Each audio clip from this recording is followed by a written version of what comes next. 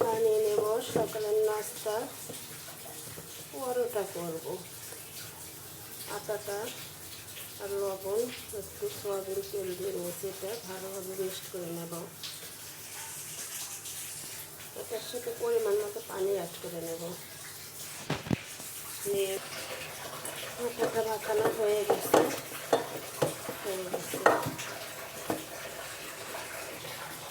এটাকে আমি এখন গোলাকার করে নিয়ে নিয়েছি।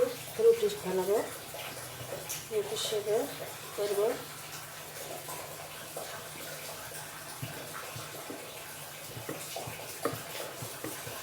এরকম করে গোল করে রুটি করে নেব। এটার ভিতরে একটু তেল দিয়ে নেব, দিয়ে এরকম করে মাখিয়ে নেব। আমি পরোটাটা বানানো শিখেছি আমার মায়ের থেকে। আমার মাকে আমি দেখতাম ছোটোবেলা, মা যখন সকালবেলা নাস্তা তৈরি করতো তখন পরোটা অথবা রুটি যে কোনো একটা থাকতো, মাকে দেখতাম পরোটা বানাতে এরকম করে ভাজ দিত। কোনোদিন করিনি, কিন্তু দেখতাম, দাঁড়িয়ে দাঁড়িয়ে দেখতাম। আমার সেরকম করে আমি করতেছি। আমাদের বাড়িতে আবার প্রতিদিন সকালে রুটি অথবা পরোটা খেতাম, কারণ আমার আব্বা রুটি অথবা পরোটা দুটা দিয়ে সকালে নাস্তাটা করতো। ভাত খেত না, অন্য কোনো কিছু খেত না। এরকম করে বেলে নেব। এইরকম শেপটা হয়েছে চারকোনা। আমার মা এরকম করে তৈরি করতো, এবার ফুলকো ফুলকো হয়ে ফুলে উঠতো। আমার বাবা প্রতিদিন এরকম নাস্তা করতো, সকালে রেগুলার থাকতো পরোটা অথবা রুটি। রুটি বাবা এখন বেঁচে নেই, মারা গেছে। এরকম করে সবগুলো পরোটাই আমি বেলে নেব। আর একটা বেলে নিয়েছি আমি, এটাকে আমি আবার ভাজ দেবো। এরকম করে চার ভাগে ভাজ দেব। এটাকে আমি এখন ভেজে নেব।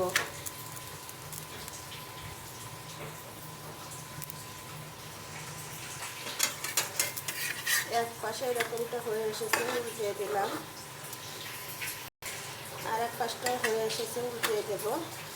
দিয়ে এটাতে আমি এখন দিয়ে দেব তেল। দেখেন কীরকম ফুলে ওঠে, এরকম ফুলে ওঠে। এটাকে আমি এখন আর একটু উল্টিয়ে দেবো, দিলে এরকমটা হবে। একটা হয়ে গেছে। বানাতে পারি, কিন্তু আমার মা যেরকম করে বানায় সেরকমটা এখনও করতে পারি না। ওটা আমি একইভাবে করে নেব। ওটা উল্টে দেবো, দিয়ে তেলটা দিয়ে দেবো। দেখো কীরকম ফুলে ওঠে। এরকম করে আমি সবগুলো পরোটা ভেজে নেব।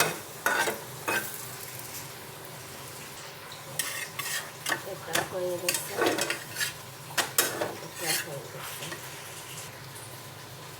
হয়ে গেছে আমার পরোটা বানানো।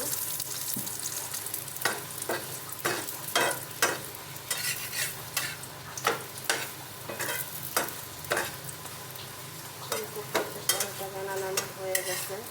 এরকম করে বানালে কিন্তু পরোটাটা অনেক নরম হয়, খেতেও অনেক ভালো লাগে।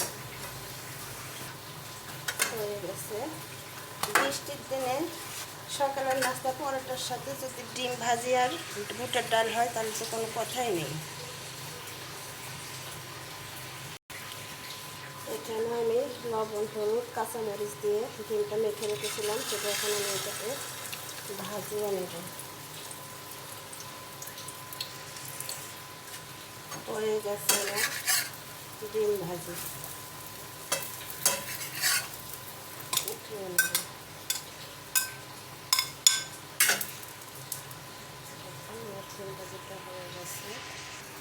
হয়ে গেছে আমার পরোটার ডিম ভাজি। এরকম করে সকালের নাস্তা বানিয়ে আপনারাও খেতে পারেন। ভালো থাকবেন, সুস্থ থাকবেন এই কামনায় করি। আর বেশি বেশি সাপোর্ট করবেন, সাবস্ক্রাইব করবেন। আল্লাহ হাফেজ।